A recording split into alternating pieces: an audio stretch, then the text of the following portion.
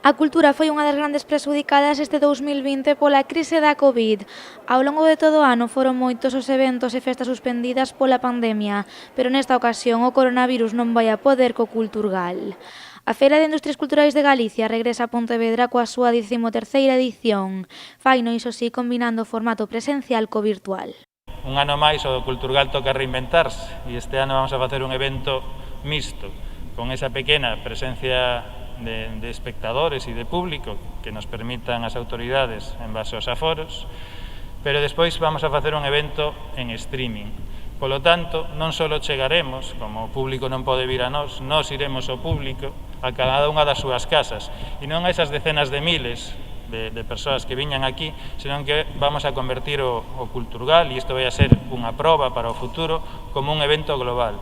O Culturgal dividirás este ano en 4 seccións: foro, escena, libro e espazo cinema. Este último será o único que se desenvolverá de maneira presencial na súa totalidade. A programación dos outros 3 escenarios será retransmitida a través da web da feira. Non vamos buscar números como noutras eleccións, números de asistencia, senón que buscaremos seguridade, calidade e rentabilidade tanto para as empresas e organismos patrocinadores como para as empresas privadas. Non?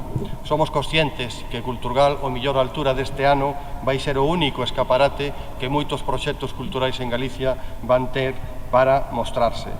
A organización do Culturgal quiso darlle a volta á tortilla e tratar de mudar con este evento a situación tan complicada que está a sufrir o sector, porque, como di o lema desta edición, en caso de emerxencia, cultura. Algo que foi aplaudido hoxe polos 3 principais patrocinadores do evento.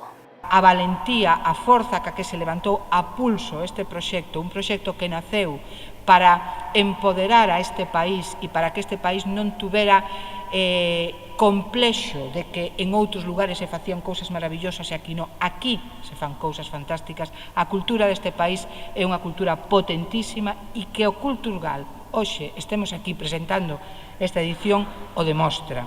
Polo Culturgal pasarán este ano artistas como Mónica Mura, Carlos Varela, Luarna Lubre ou Susana Seivane. Ademais, o evento contará tamén con escritores como Manuel Rivas, Ledicia Costas ou Berta Dávila.